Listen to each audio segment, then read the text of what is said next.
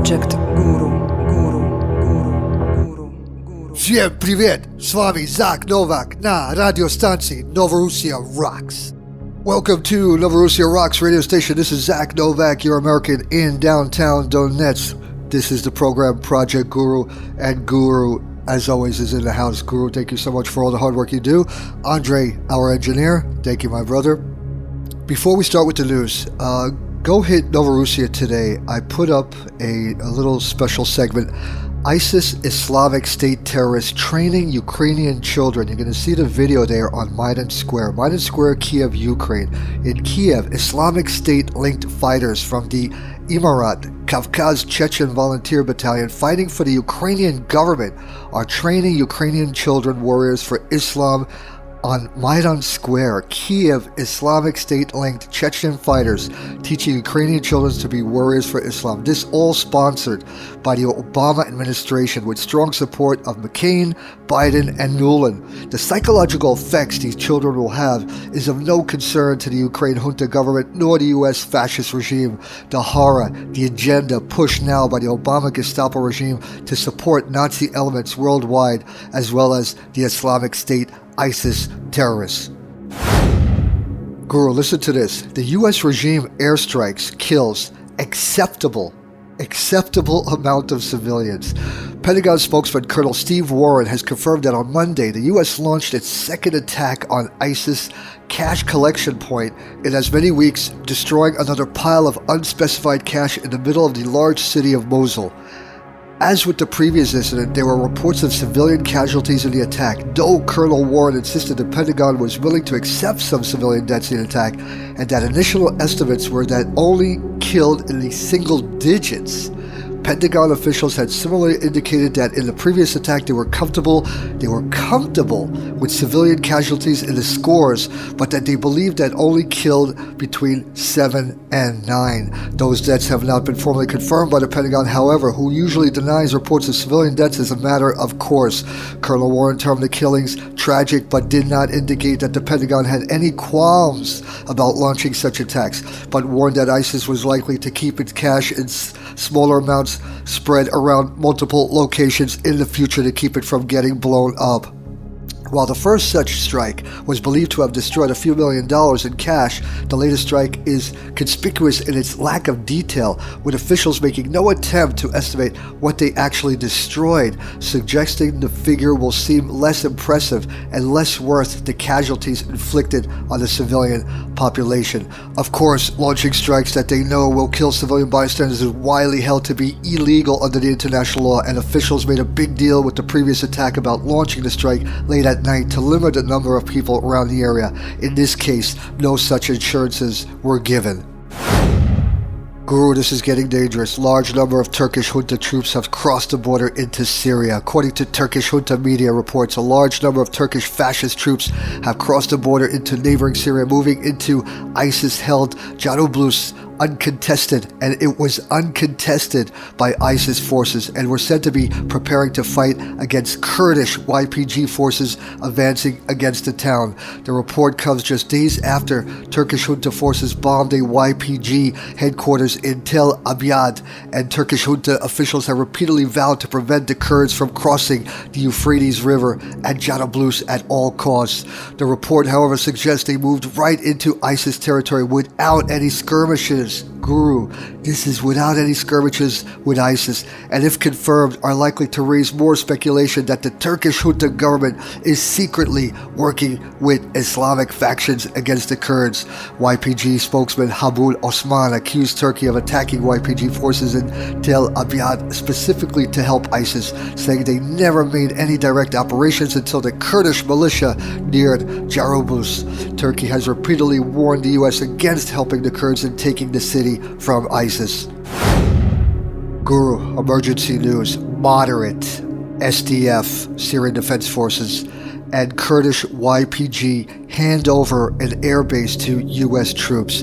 The Kurdish-dominated Syrian Democratic Forces, SDF, are reporting today that U.S. troops have taken over control of the Rumelia airfield in northeastern Syria's Hasaka province, the first U.S. military base inside Syria.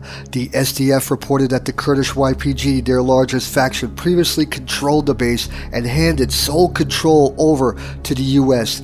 as a route for the U.S. to bring them weapons and to launch warplanes from this area. Rumelia Airport is not a military airfield by design and was primarily for crop dusting and agriculture. It is unclear then the extent to which it really be used by the U.S. as a base for warplanes.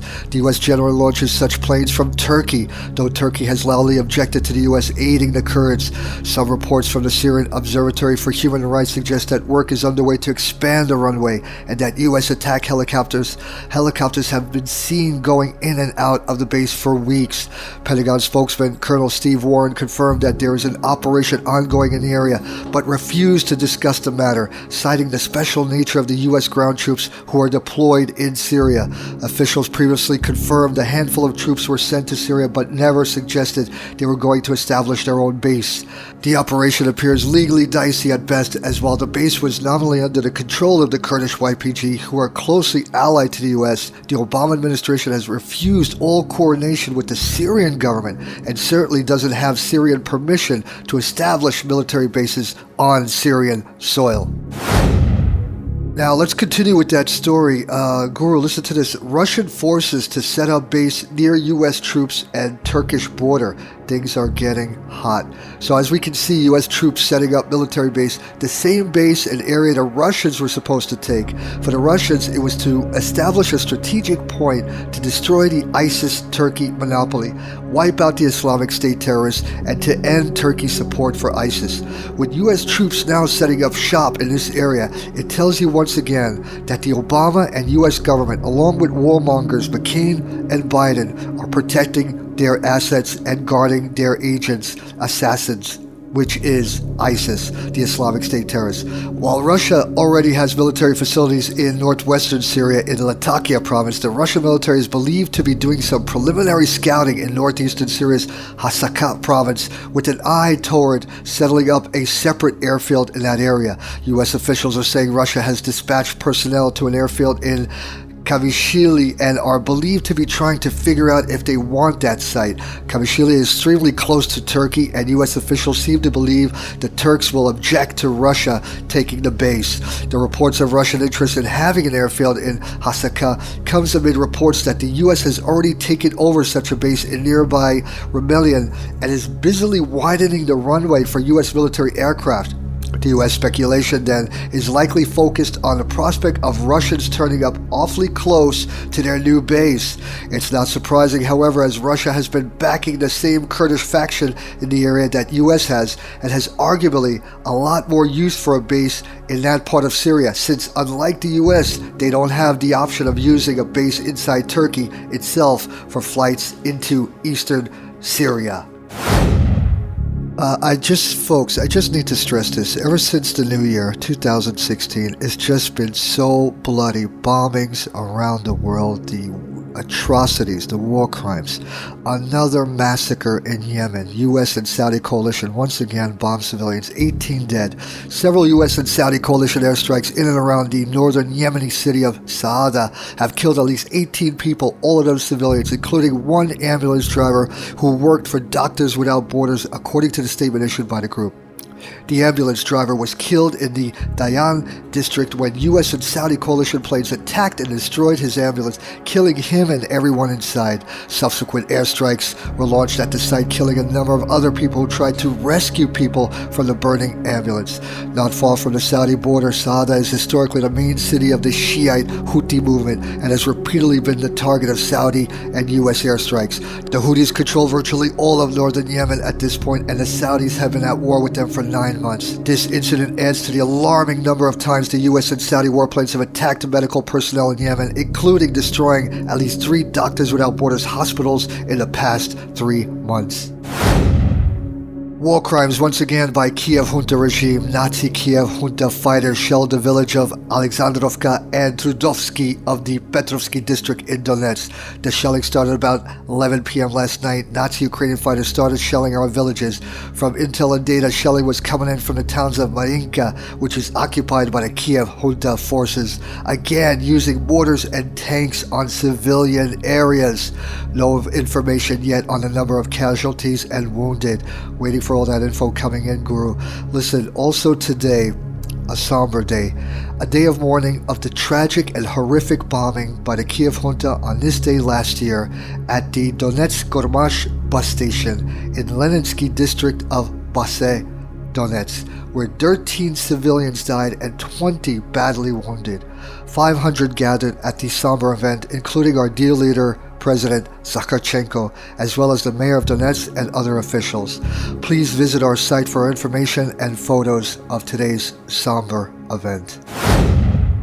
Guru, on a little happy note here, from Russia with love, humanitarian aid delivered by Shagu Nazad. A petite, young, beautiful lady, yet so strong, not just for her size, but her big heart as well. A young lady who, with her organization, Shagu Nazad, delivered with 2 truckloads of humanitarian aid to Donetsk in the Donetsk People's Republic. At times, working alone around the clock with logistics, supplies, and making sure that every item is properly delivered. Seldom does she go out for entertainment or spending time at a cafe. She has devoted all her energy to helping the beautiful people of Donbass. Since I've been here in Donetsk, I've seen many humanitarian aid convoys arrive, but this one was extra special. Of course, there was the basic necessities, for example, clothes, medicine, school supplies, cookies, candies, and baby needs, but a huge shipment of furniture, children's living furniture, from cribs to desks, work tables for the young kids and the students, cabinets and desk drawers, complete furniture sets, 2 truckloads of precious items. Guru, even hula hoops. I haven't seen hula hoops since I left New York. Amazing hoops of different colors for the kids, school supplies for different ages, and cookies, lots and lots of cookies. When you meet her, she seems timid at first, but a warm and friendly, dear soul. It was a pleasure and an honor to meet her. She goes by the name of Svetlana Akhtomeva. She is truly magic, and yes, I do believe in fairy tales, and this tale was real. Alright folks, that ends our program, and I stress everyone be safe, be alert, do your blogs, do your protests, talk about it, tell everyone what's going on around you, don't be afraid, and everybody be safe. Have a wonderful weekend. See you all back on Monday. Bye-bye folks.